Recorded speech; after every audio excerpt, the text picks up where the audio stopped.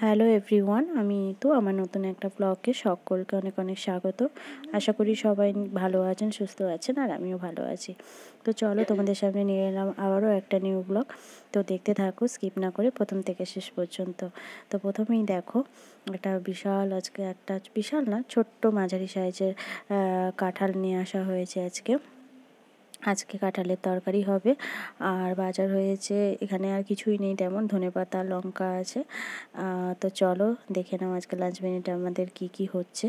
তো তারপরেই দেখো, আমি এখানে দুধ ফুটিয়ে নিচ্ছি, এখানে একটুখানি চা খাবো, এই যে চায়ের জন্য রেডি করেছি। তো সকালে মাস্টারের জন্য চা হয়েছিল, তো তাতেই একদম দুধ দিয়ে দিয়েছি, এতেই একদম চা করে খেয়ে নেব। তো প্রথমে আমাদের ব্রেকফাস্ট কমপ্লিট হয়ে গেছে, ব্রেকফাস্টের পরেই আমরা এখানে চা খাবো। তো তারপরে দেখো, এখানে স্ট্রবেরি কেনা হয়েছিল, তো স্ট্রবেরিগুলো একদমই ভালো না।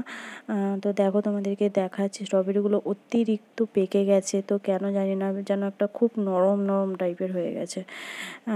তো যাই হোক, আনা হয়েছে যখন, কিছুটা খেয়ে কিছুটা ফেলে দেওয়া হবে, মানে একদমই মানে সুবিধার না স্ট্রবেরিগুলো।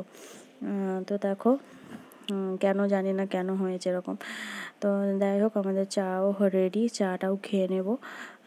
তো চলো সোজাসুজি দেখিয়ে দেবো আমাদের লাঞ্চ মেনুটা যে কি হয়েছে আজকে। তো দেখো, বাড়িতে কাঁচা আম, মানে আমার মেয়ের কোরানো কাঁচা আম দিয়ে হচ্ছে মাছের টক, দেখো ফুটছে। আর হয়েছে ওই যে কাঁঠাল দেখিয়েছিলাম, কাঁঠালের চিংড়ি মাছ দিয়ে একদম কষা কষা করে একটা তরকারি হয়েছে, দেখতেই পাচ্ছ। এখানে চিংড়ি মাছ দেওয়া হয়েছে। তো দেখো, এখানে একদম কষা কষা টাইপের হয়েছে। আর হয়েছে নিম বেগুন, দেখো নিম বেগুন, তো আর কিছুই হয়নি।